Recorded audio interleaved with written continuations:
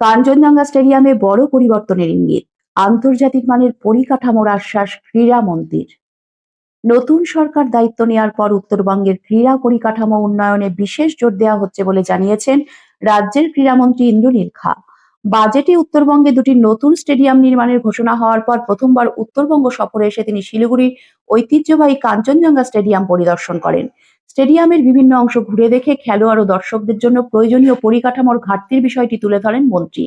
তার মতে আধুনিক ড্রেসিং রুম, পর্যাপ্ত বাথরুম, উন্নত সুযোগ সুবিধা এবং যথেষ্ট দর্শক আসনের অভাবে দীর্ঘদিন ধরেই সমস্যার সম্মুখীন হচ্ছেন খেলোয়াড় ও ক্রীড়া প্রেমীরা।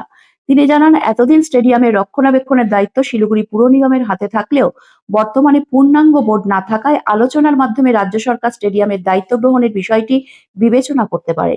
ক্রীড়ামন্ত্রীর বক্তব্য, শিলিগুড়ি বহু প্রতিভাবান ক্রীড়াবিদের জন্মভূমি। ঋদ্ধিমান সাহা, রিচা ঘোষ এবং মান্তু ঘোষের মতো জাতীয় ও আন্তর্জাতিক মানের খেলোয়াড়রা এই শহরের গর্ব। তাদের সাফল্যকে সামনে রেখে উত্তরবঙ্গে আন্তর্জাতিক মানের আধুনিক স্টেডিয়াম গড়ে তোলার পরিকল্পনা নেওয়া হয়েছে।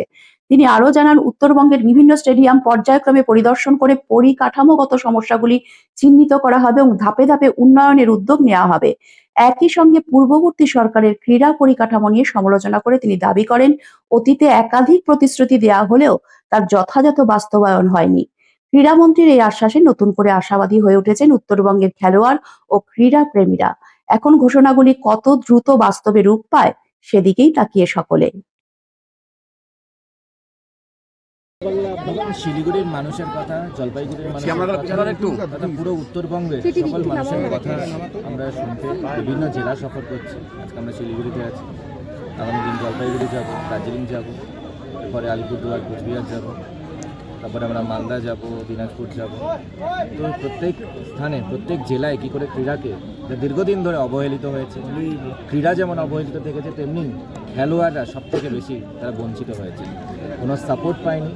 দীর্ঘদিন ধরে রাজ্য সরকার, এই যে দেখুন কাঞ্চনজঙ্ঘা স্টেডিয়াম, পুরো উত্তরবঙ্গের একটাই ইন্টারন্যাশনাল মাপের স্টেডিয়াম আছে, কিন্তু সেটার অবস্থা হয়েছে দেখুন, এখানে বৃষ্টি হলে এখানে যারা খেলা দেখতে আসে তারা মাথার ওপর স্ট্যান্ড পাচ্ছেন না, এবং অনেকটা অংশ দেখতে পাচ্ছি পুরো আগাছা দিয়ে ভরে গেছে। মাঠেরও সেইভাবে যত্ন হয়নি দীর্ঘদিন ধরে, ইভেন ফ্লাড লাইটের কোনো ইলেকট্রিসিটি লাইন পর্যন্ত নেই, জেনারেটারে চলে। এরকম দুর্দশা দীর্ঘদিন ধরে এই উত্তরবঙ্গের সঙ্গে দীর্ঘদিন নিদর্শন এই অবহেলাতে যে কাঞ্চনজঙ্ঘা স্টেডিয়াম পড়ে আছে।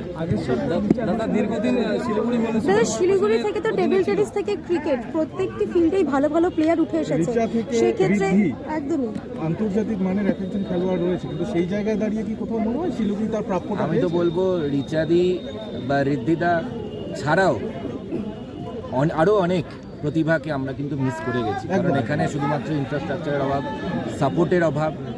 ওনারা তাও এই প্রতিকূলতা উপেক্ষা করে নিজেদের জায়গা, স্থান অর্জন করেছে।